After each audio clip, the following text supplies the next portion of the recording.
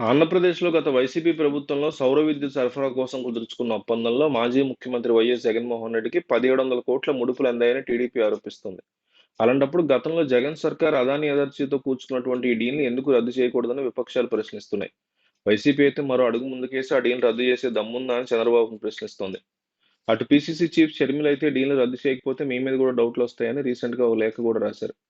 ఈ నేపథ్యంలో ప్రస్తుతం గతంలో వైసీపీ ప్రభుత్వం అదానీ ఎనర్జీ నుంచి సౌర విద్యుత్ పొందేందుకు 25 ఏళ్లు సెక్కితో కుదుర్చుకున్న ఒప్పందాన్ని రద్దు చేసేందుకు అడుగులేస్తున్నట్టు తెలుస్తోంది.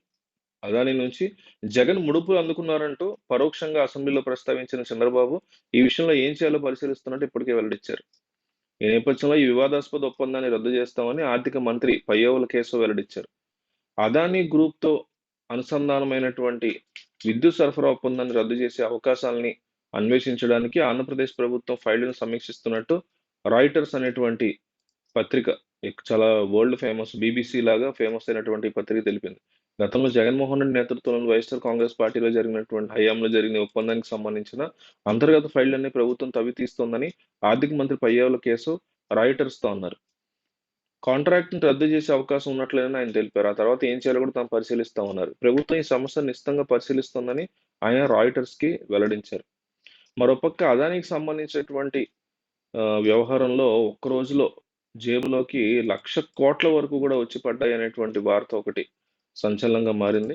అదానీకి సంబంధించినటువంటి షేర్లు కావచ్చు, లేకపోతే ఇంకోటి కావచ్చు, ఇవన్నీ ఎప్పటికప్పుడు వైరల్ అవుతున్నాయి. ఆ న్యూస్‌కి సంబంధించి కూడా అందరూ చూస్తున్నారు. ఏపీలో గత వైసీపీ ప్రభుత్వంలో సౌర విద్యుత్ సరఫరా కోసం కుదుర్చుకున్నటువంటి ఒప్పందంలో మాజీ సీఎం వైఎస్ జగన్మోహన్ రెడ్డికి సంబంధించి 1,750 కోట్లు ముడుపులందాయనేది ఆరోపణ. అటువంటప్పుడు గతంలో జగన్ సర్కార్ అదానీ ఎనర్జీతో కుదుర్చుకున్నటువంటి డీల్‌ని రద్దు చేయొచ్చు కదా! అనేటువంటి అందరూ అడుగుతున్న ఈ ప్రశ్నకు సమాధానం దక్కేలా ఉంది.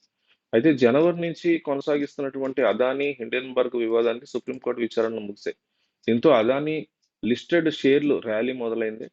ట్రెండింగ్ సెషన్‌లో అదానీ కంపెనీల మార్కెట్ క్యాప్ ఏకంగా 1,00,000 కోట్లు పెరిగింది. హిండెన్బర్గ్ సంస్థలు గతంలో చేసిన ఆరోపణ తర్వాత మొదటిసారిగా అదానీ విలువలో చెప్పుకోదగిన పెరుగుదల నమోదైంది. క్యాపిటల్ మార్కెట్ నుంచి వచ్చిన డేటా ప్రకారం Adani group stock market cap మంగళవారం నాడు 11,00,000 కోట్లు పెరిగింది. ఇంతకుముందు సెషన్‌లో దాదాపు 10,00,000 కోట్లు ఉండగా కేవలం ఒకే ఒక్క ట్రెండింగ్ సెషన్‌లో గౌతమ్ అదానీ విలువ ఏకంగా 1,00,000 కోట్లు పెరిగింది. సెబీ కూడా తన దర్యాప్తు ముగిసిందని ప్రకటించడంతో భారీ లాభాలు నమోదయ్యాయి. షేర్ల ర్యాలీని పరిశీలిస్తే ఫ్లాగ్‌షిప్ సంస్థ అదానీ ఎంటర్‌ప్రైజెస్ షేర్లు 8% పెరిగాయి. అదానీ టోటల్ గ్యాస్ షేర్లు అత్యధికంగా లాభపడ్డాయి. 20% పెరిగాయి అవి.